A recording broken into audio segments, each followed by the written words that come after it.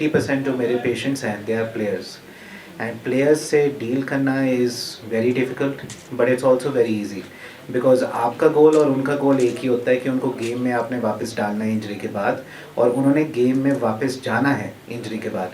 सो हमारा उनके साथ बहुत अच्छा ट्यूनिंग है प्लेयर्स के साथ, और उसकी वजह से अब सारे इंडिया के जो हमारे पास नॉर्थ के टॉप के प्लेयर्स हैं वो हम करते हैं, वो मैं आपको दिखाऊंगा। हमारा फोकस एरिया है शोल्डर इंजरीज स्पोर्ट्स की, नी इंजरीज स्पोर्ट्स की, जैसे ligament tears, meniscus tears. And अब after about 6 years since I've joined, now we are North India's leading sports injury center for sports in the private sector. And we also have charitable arms, so we work with Sports Authority of India, उनके underprivileged athletes को हम काफ़ी treat करते हैं, and also Abhinav Bindra Foundation के through we do treatment for players that are from a poor background and who cannot afford the cost of surgery. So that has been something that I've been very pushy on, because मुझे चाहिए कि even those who cannot afford it should have the right to treatment. And हमारा focus is on research and education. So I have 200 international publications. My unit publishes about 10 publications per year. हम एक fellowship program चलाते हैं, and I have trained about 26 surgeons from all across India.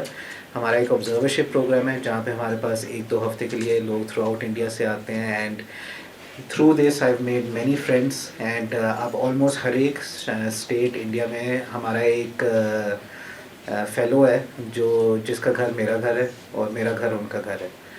And हमारा जो research में focus area है, हम देखते हैं क्लिनिकल आउटकम्स को। We are doing something called LET, ACL surgery में, और reverse shoulder replacements. I am also teaching faculty at All India Institute of Medical Sciences Rishikesh and Indian Institute of Management in Rohtak. So we are proud of what we've achieved. पिछले 6 साल में it's been a tough journey, it's been a long journey, but I think the future is ahead. And this was our small contribution to Tokyo 2021 में. So we treated lot of the top players जो आए थे हम Olympic से पहले, including Harmanpreet Singh. So Harmanpreet Singh आप जानते होंगे, he is the captain of the Indian hockey team. So मेरे पास आया था ओलंपिक से 6 महीने पहले, एंड ही वॉज वहाँ पे बैठा था मेरे साथ टेबल पे सामने। उसको बेसिकली लिगामेंट इंजरी हुआ था, and he was in tears, because वो कहता कि मेरा ये ओलंपिक्स मिस हो जाएगा, इसकी वजह से मेरा नेक्स्ट ओलंपिक्स मिस हो जाएगा, एंड दैट्स इट, मेरा करियर ख़त्म हो जाएगा। सो हमने उसका ACL का सर्जरी किया। Within 4 months we sent him to the National Academy in Bangalore. At 6 months he flew to Tokyo after his surgery, और टोक्यो में he was the leading goal scorer for India in the tournament. After that he was player of the year for India. उसके अगले साल he became the world player of the year, and उसके अगले साल which is 2023 he became captain of the Indian hockey team. So the ability to recover from surgery, और उनको ना सिर्फ उस मुकाम पे पहुंचाना जहाँ पे वो पहले थे, बट उससे आगे लेके जाना, आई थिंक हमारे लिए इट्स द सबसे बड़ी ब्लेसिंग होती है।